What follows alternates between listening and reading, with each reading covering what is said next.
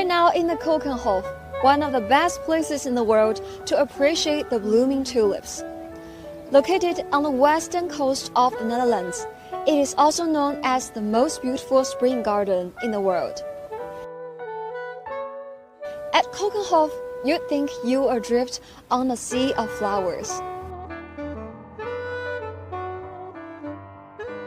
The park remained closed for 2 years as a result of the pandemic, and was only allowed to open as a test for 6 days last year.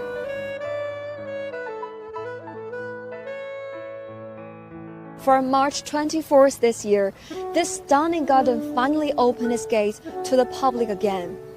More than 7 million flower bulbs planted by Keukenhof's gardener last fall are now in full bloom, signaling the arrival of spring. More than 600 flower growers deliver their most beautiful flowers and plants to Keukenhof, so that visitors can see many new varieties in the indoor pavilions here. In addition to the millions of tulips, daffodils, and hyacinths, the park is also decorated with artistic sculptures and paintings, making it one of the most popular spring destinations in Europe.